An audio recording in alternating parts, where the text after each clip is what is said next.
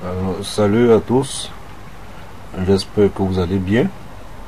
Aujourd'hui, nous allons faire une petite démonstration avec le logiciel WADA ECF. Donc, on va voir comment il fonctionne. Déjà, nous avons besoin de... première des choses, lorsque vous installez le logiciel, au premier démarrage, donc lorsque vous l'installez, vous allez avoir votre raccourci WADA ECF sur le bureau. Et au premier démarrage, donc on va démarrer, il faudra saisir votre code d'activation. Donc c'est un code unique par machine, et vous devez le conserver. Donc même si vous refaites le système de votre machine, vous gardez ce même code là, il sera toujours valable. Donc parce qu'en fait le code est basé uniquement sur le processeur. Donc ici vous allez, pour avoir votre code d'activation, vous allez copier ce code machine qui s'affiche là. Vous cliquez sur ce bouton, ou alors vous faites une sélection, vous copiez ce code là et vous le communiquez à votre revendeur, ou alors vous l'envoyez à l'adresse infosar2018@gmail.com. Lorsque vous allez recevoir votre code d'activation, il va ressembler à celui-ci. Donc vous allez le recevoir, vous allez le sélectionner, ensuite le copier, et vous allez venir le coller dans la case activation code. Vous faites un clic droit, vous cliquez sur coller. Dès que c'est fait, vous validez sur le bouton OK, et vous allez avoir un message Successful Activation. Vous validez sur OK et le programme va s'ouvrir.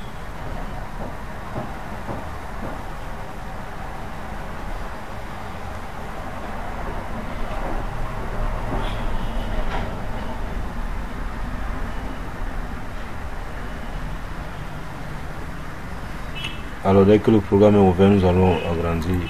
Voilà, ici nous avons le menu principal de notre programme. Ici nous avons les différents menus. On a le menu fichier qui est composé d'un bouton nouveau, balance proforma. Il y a un bouton qui permet d'enregistrer, un bouton qui permet de quitter le programme. Identification, nous avons les informations sur l'entreprise, la page de garde, fiche d'information et de renseignements divers de 1 à 4. Nous avons le bouton balance ici. Nous avons les états financiers, parmi lesquels nous avons le bilan, le compte de résultats, le tableau des fiches de trésorerie et les notes. Dans les notes, on a l'ensemble des notes ici. Nous avons également un bouton de cohérence qui permet de vérifier la cohérence de votre liasse avec une légende ici. Donc les couleurs, la couleur verte signifie que l'information est cohérente. Rouge, il y a erreur, jaune quand c'est vide. Actuellement tout est vide puisque nous n'avons pas l'information dans la liasse. Nous avons le bouton plan comptable qui regroupe l'ancien et le nouveau plan comptable ici. L'ancien qui est à gauche, le nouveau à droite. Et ici vous avez les nouveaux comptes qu'on a ajoutés ici, qui sont dans couleur avec également une légende. Et ici vous avez les comptes supprimés dans l'ancien plan comptable, ce qui sera important si vous avez des doutes, par exemple sur un compte. Vous pouvez consulter directement le plan comptable à partir de ce menu. Nous avons le bouton édition qui permettra d'imprimer le liasse, et nous avons le bouton clôture. Et ici nous avons les principaux indicateurs que nous avons bien voulu placer. Nous avons la capacité d'autofinancement global, l'autofinancement, le fonds de roulement, le besoin de financement global, la trésorerie nette et l'endettement financier net. Voilà. Donc la première des choses serait ce qu'on va faire. Donc alors ici, si nous cliquons sur balance, on va afficher juste pour l'instant on n'a pas d'information ici. également au niveau des états financiers, par exemple le bilan, on n'a aucune information. Alors ce qu'on va faire, nous allons importer une balance. Donc on va commencer suivant la réforme. Donc chaque entreprise doit retraiter sa liasse de l'exercice 2017 parce que c'est cette liasse là pour la arrimer au nouveau format, et ces valeurs là vont servir pour les informations N-1 de l'année 2018. Donc la première des choses, c'est de retraiter la balance de l'exercice 2017, et pour cela nous avons ici dans le menu fichier, nous avons un bouton balance pro forma. Donc le rôle est de détecter dans votre balance de l'exercice 2017 s'il existe encore des comptes supprimés par la réforme, donc, et de proposer dans ce cas le traitement comptable à faire. Donc ce bouton balance pro forma, il est uniquement valable pour l'exercice 2017. Pour les exercices suivants, on n'aura plus besoin de ce bouton balance pro forma. On va uniquement cliquer sur le bouton balance ici et on va importer la balance. Donc on va également voir rapidement, pour ceux qui travaillent avec Sage, comment par exemple exporter la balance au format Excel rapidement. Donc on a un fichier comptable là.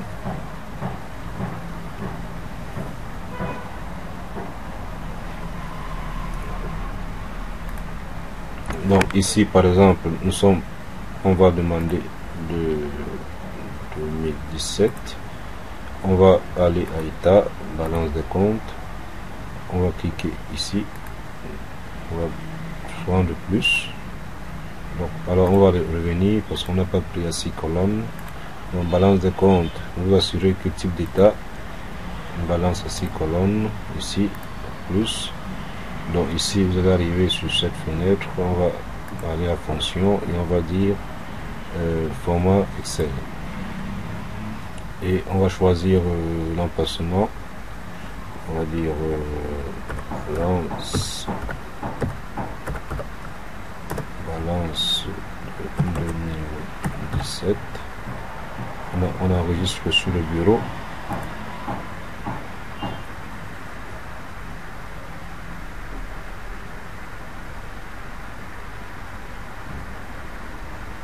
Donc là, il nous sauvegarde notre balance sous format Excel. On va juste double-cliquer, voilà. Ici, il nous a renseigné, il nous a récupéré les informations nécessaires. Donc, la condition, il faudrait que l'information soit dans le premier onglet et que les informations commencent à la ligne 3. Donc, ce qu'on va faire ici, on va décaler et permettre à ce que notre première ligne commence plutôt à la ligne 3. Donc ici on va aller ici, on va dire insertion, voilà. Donc il commence désormais à la ligne 3. À partir de ce moment là, vous avez le compte, le numéro de compte, l'intitulé du compte, vous avez également les colonnes D et C pour les valeurs, les soldes N-1, colonne E et F pour les mouvements N, et les colonnes GH pour les soldes N. Donc même si vous n'avez pas de valeur N-1, il faudra toujours conserver cette balance à 6 colonnes, donc même si vous n'avez pas les informations.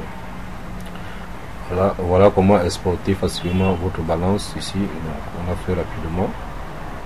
Voilà. Ok.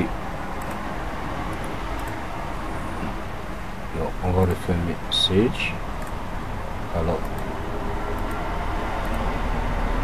donc je disais tantôt, la première chose va consister à créer un nouveau dossier. On va aller dans Fichier, on crée un nouveau dossier, on va le sauvegarder. Nous on va choisir de le mettre sur le bureau par exemple.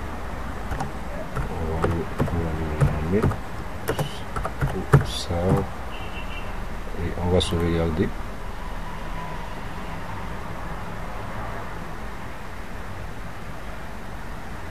Ensuite, on va cliquer sur identification pour renseigner les informations sur l'entreprise ici. Donc, on a information sur la société. Donc on va saisir la raison sociale. Ici, saisir les informations sur l'entreprise, numéro d'identification, le début de l'exercice. Donc comme on traite d'abord l'exercice 2017, on va prendre ceci, 1er janvier 2017 au 31 décembre 2017. Donc ici, vous choisissez, il y a les formes juridiques ici, UNSAR, régime simplifié, ici pays. Donc ici, il y a l'ensemble des pays. Ici, Cameroun. Le nombre d'établissements, 0,1.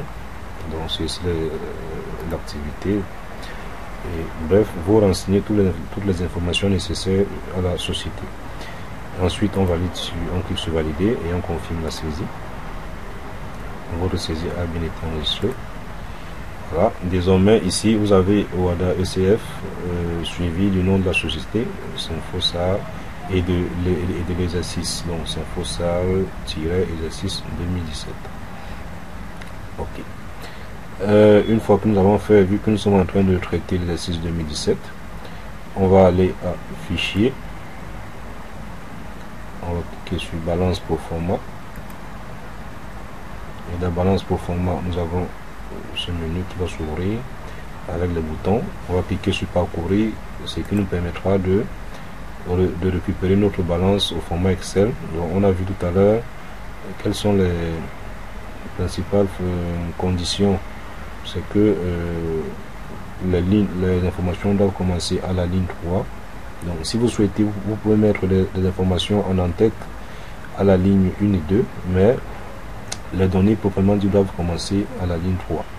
Et elles doivent figurer dans le premier onglet de votre classeur. Donc on récupère d'abord notre balance de 2017, balance clôture 2017 ici. On va ouvrir.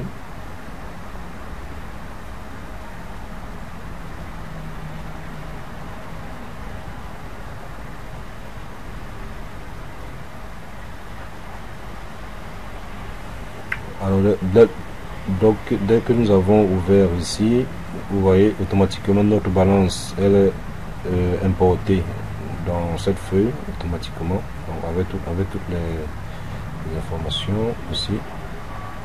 Voilà.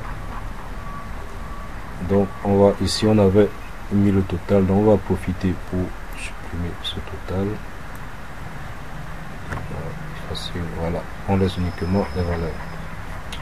Vous avez également la possibilité de saisir votre balance directement ici. Donc si vous ne souhaitez pas faire un impôt, vous pouvez saisir directement votre balance ici. Donc vous avez la possibilité de saisir. Donc ici, voilà. Donc, on pourrait par exemple, si vous pouvez saisir, mettre une valeur, celle qui convient. Voilà, vous avez cette possibilité là. Donc on va effacer. Alors dès que nous avons importé notre balance de 2017, donc, et pour vérifier que est-ce que dans cette balance il existe encore des comptes supprimés par la nouvelle réforme. Donc c'est le but de la balance pro forma. Et ici vous avez un bouton traitement effectué qui va venir rechercher et détecter. Lorsqu'il va trouver un compte supprimé par la réforme, il va souligner la ligne en rouge.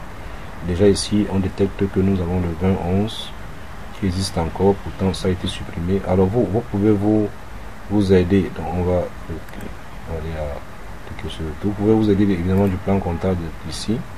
Si on vérifie par exemple tous ces comptes supprimés, par exemple ici le 20 ont été supprimés, il est censé ne plus exister dans votre balance. Donc ici on va revenir à fichier, balance pro forma. On clique sur traitement effectué. Voilà, il a détecté déjà le 196 engagement de retraite avec un traitement, une information. Donc, seules les entités présentant les normes annuelles en normes IFRS doivent réévaluer leurs provisions pour retraiter selon la méthode actuarielle si ce n'était pas la méthode utilisée. Donc à chaque fois qu'il va détecter une anomalie, il va souligner cette ligne en rouge et vous affiche le message. Ici il détecte évidemment les charges immobilisées, il souligne en rouge. Il nous dit, notez bien, le solde du 20-11 doit être viré dans le compte 4751. Donc, ce solde ici doit être viré dans le 4751. Il vous revient maintenant de retourner dans votre comptabilité, de faire le traitement nécessaire et de revenir dans le dossier, importer à nouveau la nouvelle balance retraitée. Donc ici, il est également détecté le transport sur achat. Le solde du compte doit être viré dans le compte 60 achat correspondant. Là, donc à chaque fois qu'il va détecter un compte supprimé, il vous affiche le message avec le message que le traitement comptable à faire. Et lorsqu'il ne va plus détecter de compte supprimé, il va nous afficher un message de fin de traitement.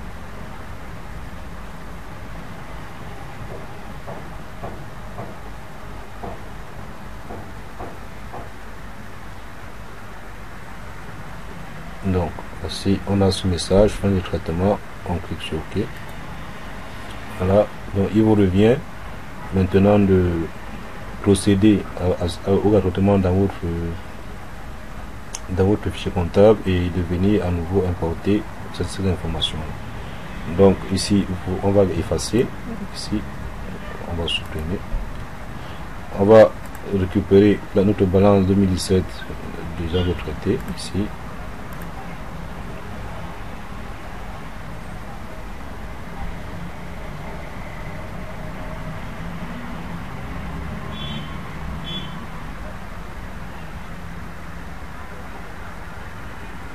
Voilà, ici on remarque que le 20-11 a disparu, donc on l'a déjà replacé. Ensuite, lorsque vous allez vous assurer qu'il n'y a plus de traitement à faire, vous allez transférer cette balance pro forma vers l'alias. Vous cliquez sur transfert vers l'alias. Ici, vous confirmez le transfert. Alors désormais, cette balance, la balance pro forma se retrouve dans l'alias. Donc vous avez mouvement 2017, solde antérieur, solde 2017. Donc les informations débit crédit. On clique sur retour. Et ici, on remarque automatiquement il y a déjà des valeurs qui sont renseignées dans nos indicateurs ici automatiquement. Voilà. Et là, on va visualiser. On va aller à état financier, bilan. Voici notre bilan qui tout à l'heure était vide, mais là il est automatiquement renseigné. Voilà les informations du bilan et il est équilibré. Voilà. Donc on pourrait aller directement au compte de résultat ici. Voilà notre compte de résultat qui est automatiquement renseigné aussi. On parle du tableau des flux de trésorerie. Alors au niveau des tableaux des flux de trésorerie, une précision pour tout ce qui sera comme décaissement lié aux acquisitions des immobilisations incorporelles, corporelles, financières. Il faut saisir le montant ici, soit que ce soit pour l'année N-1 si le montant existe. Alors si c'est pour le décaissement, vous faites précéder du signe moins. Par exemple, prenons un exemple au niveau du décaissement lié aux acquisitions corporelles. Disons peut-être que c'est 25 millions. Voilà. Par exemple aussi, on dit encaissement lié aux sessions d'immobilisation corporelle. Dans ce cas, vous ne mettez aucun signe devant, c'est juste la valeur. Également pour les dividendes versés, faites procéder du signe moins. Donc, par exemple, ici, moins 20 millions aussi. Donc, lorsque vous avez saisi cette information, vous validez et vous confirmez la saisie. Et là, il va vous afficher votre tableau de flux de trésorerie. Et vous voyez les valeurs qu'on a saisies seront logées ici. Voilà. Voilà. Donc là, c'était un exemple. Donc on peut également retourner au compte de résultat. Ici, les valeurs qui sont là. Donc ici. Si on ne souhaite pas, on peut valider tout simplement. Voilà. Et on verra que ici, il nous a supprimé les valeurs qu'on avait renseignées tout à l'heure. Donc, ceci c'est uniquement valable pour les flux de trésorerie provenant des activités d'investissement. Donc, on retourne à l'accueil, on vérifie les notes. Si on a l'ensemble des notes, donc la note 3A, Ici, vous voyez que automatiquement, mais vous deviez commenter chaque note. Donc toute variation doit être désormais commentée. Donc dit pourquoi il y a eu cette variation là. Donc vous pouvez également naviguer, aller à la note suivante, ainsi de suite. Voilà. Donc nous avons la cohérence ici. Vous voyez, automatiquement tout est en vert.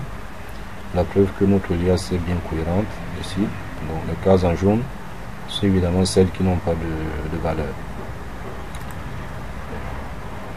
Alors ici, lorsque vous avez fini de faire le traitement spécifique à l'exercice 2017, on va clôturer cet exercice pour passer à l'exercice 2018. Pour cela, nous cliquons sur le bouton clôture ici. Donc, on va valider la clôture. Oui.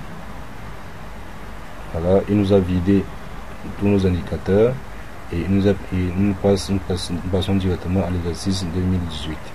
Donc désormais, pour l'exercice suivant, on n'a plus besoin d'aller à la balance proforma, puisque cette balance proforma est uniquement réservée au traitement de l'exercice 2017. Donc désormais, nous allons cliquer simplement sur le bouton balance et on va cliquer sur parcourir et on va rechercher la balance de l'exercice 2018.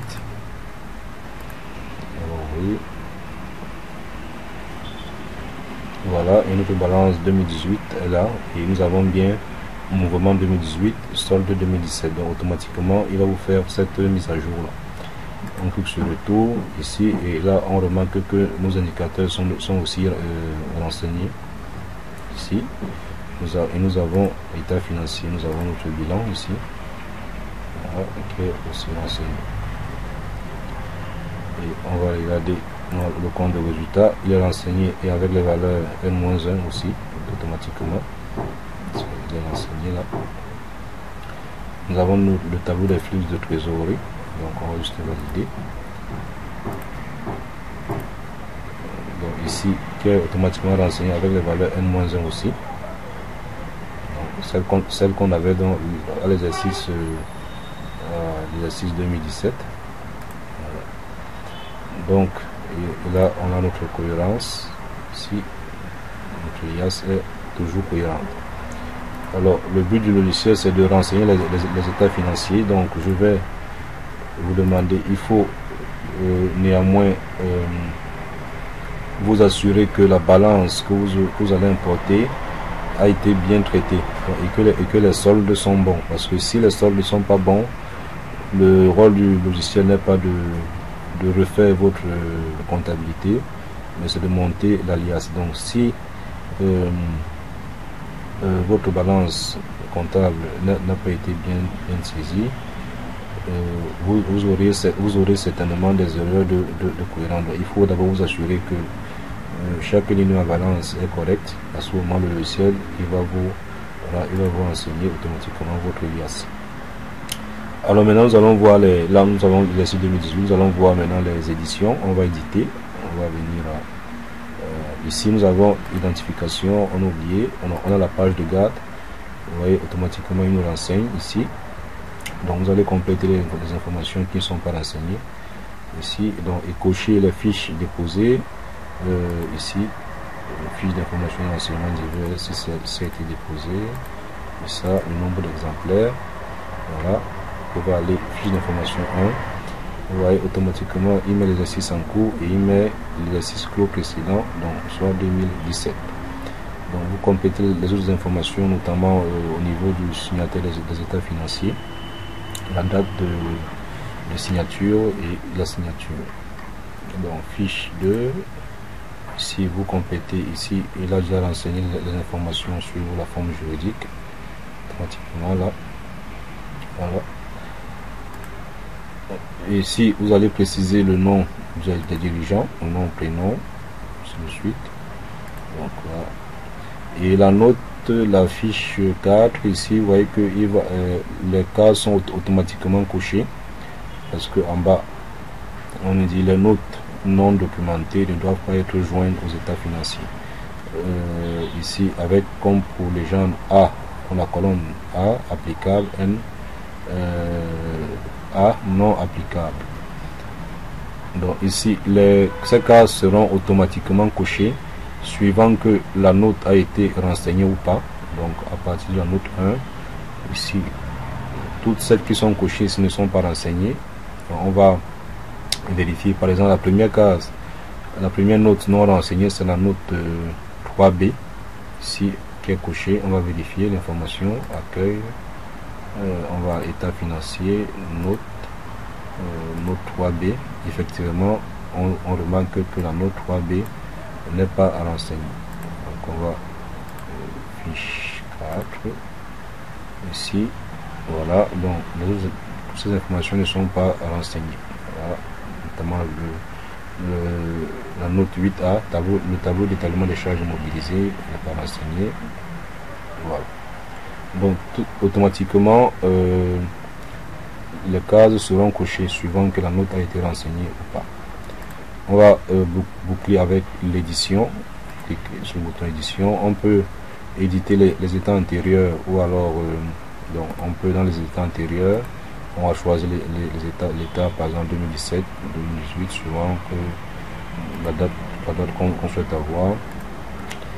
Et ici on va éditer aussi l'exercice N. Ici on va prendre état financier.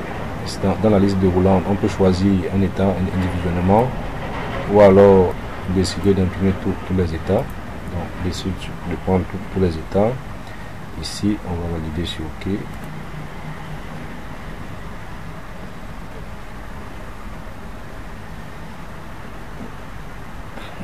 Et désormais il va nous afficher notre liasse dans nos états financiers dans un logiciel PDF. Ici vous avez les exercices clos, le nom de la société. Ici voilà, les cases sont été cochées. Donc voici les informations ici. Voilà.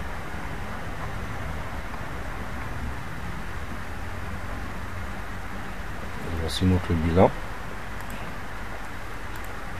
Voilà, on a notre bilan là. On a notre compte de résultats avec ces informations. On a notre tableau de flux de trésorerie. Donc là c'était pour la première partie des états financiers. On va aussi éditer une deuxième partie. Ici on retourne dans le logiciel. Ici on va maintenant pas au niveau des notes. On a la possibilité aussi d'imprimer une note individuellement. Et ici on peut aussi prendre tout. Ici on valide sur le bouton correspondant.